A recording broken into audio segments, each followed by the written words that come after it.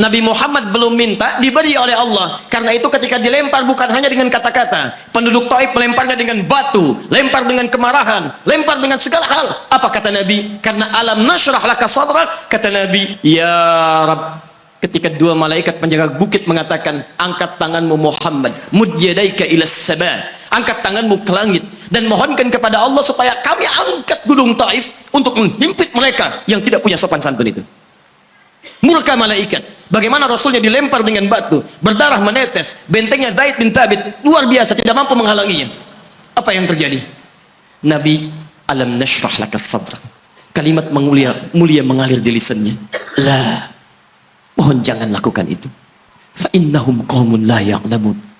Mereka hanya belum mengetahui saja.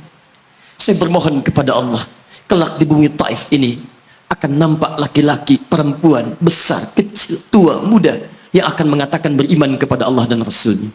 Lalu lantas beliau berkata kepada Allah dengan kalimat yang mengalir syahdu, dengan darah yang masih mengucur, dengan kalimat yang berbelas kepada Allah, Ilahi, ila man takiluni, am ila ba'idin yu'limuni, ila qaribin yu'zini, fa ana radin ya Rab, ma lam taghdab alayya, la hawla wa la quwwata illa billah. Ilahi, duhai Allah, ila man takiluni, setelah dari sini yang saya dilempari, saya dihujat, kemana lagi engkau akan antarkan saya? Ila qaribin yu'zini, apakah ke tempat yang dekat dari sini dan saya akan disakiti lagi? Am ila ba'idin yu'limuni, atau tempatnya masih jauh yang harus saya tempuh, tapi di tempat itu saya akan dihinakan lagi. Ana radin, saya ridha ya Allah, malam taghdab alayya, sepanjang engkau yang tidak murka kepada saya.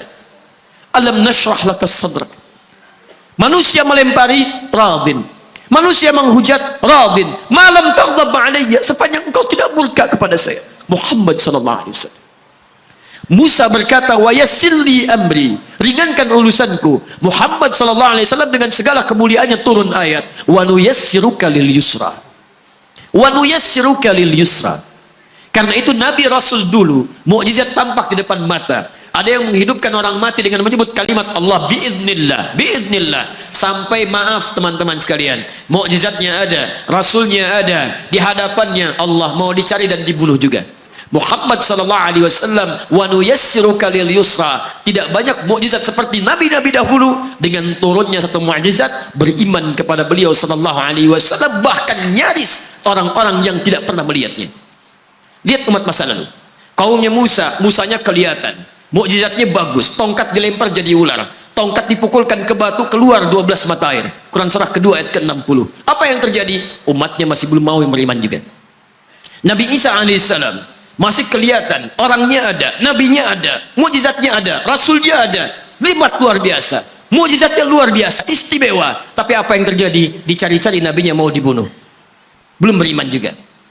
Muhammad sallallahu alaihi wasallam spesial. Perhatikan, kalau orangnya kelihatan Anda yakin, Anda beriman, itu wajar. Muhammad sallallahu alaihi wasallam, ada orang yang tidak pernah melihatnya, tidak pernah menatapnya, mimpi pun belum tentu berjumpa dengannya, tapi mau beriman kepada Muhammad sallallahu alaihi wasallam. Antum pernah melihat Nabi sallallahu alaihi wasallam? Berjumpa dengan Nabi sallallahu alaihi wasallam? Maka beruntunglah antum, karena orang-orang yang beriman kepada Nabi sallallahu alaihi wasallam tanpa pernah melihatnya, itulah orang disebut oleh Nabi sallallahu alaihi wasallam sangat dirindukan oleh beliau. Satu kali beliau duduk dengan para sahabatnya mengatakan, ana mushtaqun bi ikhwani, saya sekarang sedang merindukan saudara-saudara saya.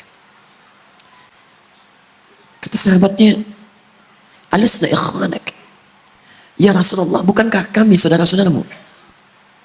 Kata Nabi, bal antum ashabi, kalian itu bukan saudara-saudaraku, kalian sahabat-sahabatku. Ikhwani humul ladzina lam yarawni walakinnahum yu'minuna bi, saudara-saudaraku itu adalah orang-orang yang tidak pernah melihatku, tapi mereka mau beriman kepadaku. Jadi kalau Nabi saja merindukan antum, kenapa antum tidak merindukannya? Kalau Nabi menantikan kita di surga, kenapa kita tidak menjemput penantian itu? Karena itulah Muhammad sallallahu alaihi wasallam akan menjemput umatnya di surga dan tidak melangkahkan kaki ke dalamnya sebelum berkumpul umatnya dibimbing beliau oleh sallallahu alaihi wasallam ke surga. Allahumma salli wa sallim wa barik alaihi. Allahumma salli wa sallim wa barik alaihi. Allahumma salli wa sallim wa barik alaihi.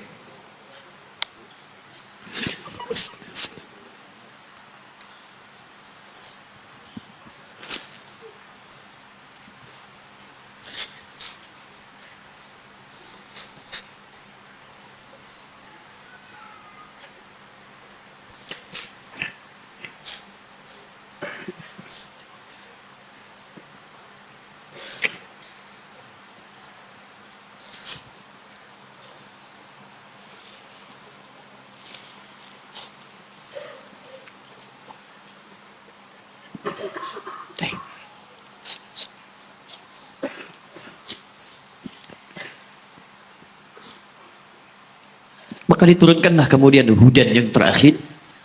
Diharapkan dengan hudan ini mengantarkan semua umat Muhammad SAW yang mau beriman dan mengikutinya ke surga. Karena Rasulnya spesial, umatnya spesial, maka diturunkan di waktu yang spesial dengan petunjuk yang spesial. Quran surah kedua ayat 185. Syahrul Ramadan alladzi unzila fihi al-Quran. Di bulan Ramadan, turunnya bulan Ramadan, bulan spesial. Unzila fihi al-Quran, diturunkan Al-Quran. Apa fungsi Al-Quran itu? Ternyata bukan bacaan biasa, bukan koleksi yang Anda simpan di pinggir-pinggir masjid atau terletak di atas-atas dipan di rumah Anda. Maaf, hudan. Lihat ayatnya. Syahrul Ramadan alladzi unzila fihi al-Quran hudan. Hudan. Petunjuk kita. Sumber kebahagiaan kita. Sumber ketenangan kita. Sumber capaian terbaik alam kubur kita. Dan petunjuk yang akan mengantarkan kita ke surga.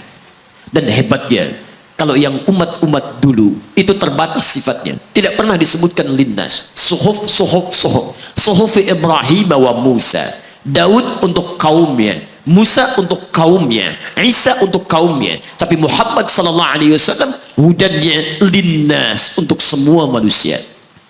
Jadi tawaran Quran, Allah menginginkan semua manusia yang kembali ke surga. Cuman kadang-kadang sayang, maaf teman-teman sekalian, saya tegaskan kepada Anda, ayat ini tegas memberikan isyarat bahwa hidayah Allah ingin diberikan pada semua manusia. Jadi kalau kita lihat keterangan Al-Quran, seharusnya tidak ada satupun manusia yang tidak dapat hidayah. Semua dapat. Cuman masalahnya, ada orang yang diberikan tapi dia tidak mau mengambilnya. Ini masalahnya. Hidayah itu bukan persoalan mendapatkan atau tidak. Persoalannya ketika Allah berikan, Anda mau ngambil atau tidak. Itu masalahnya.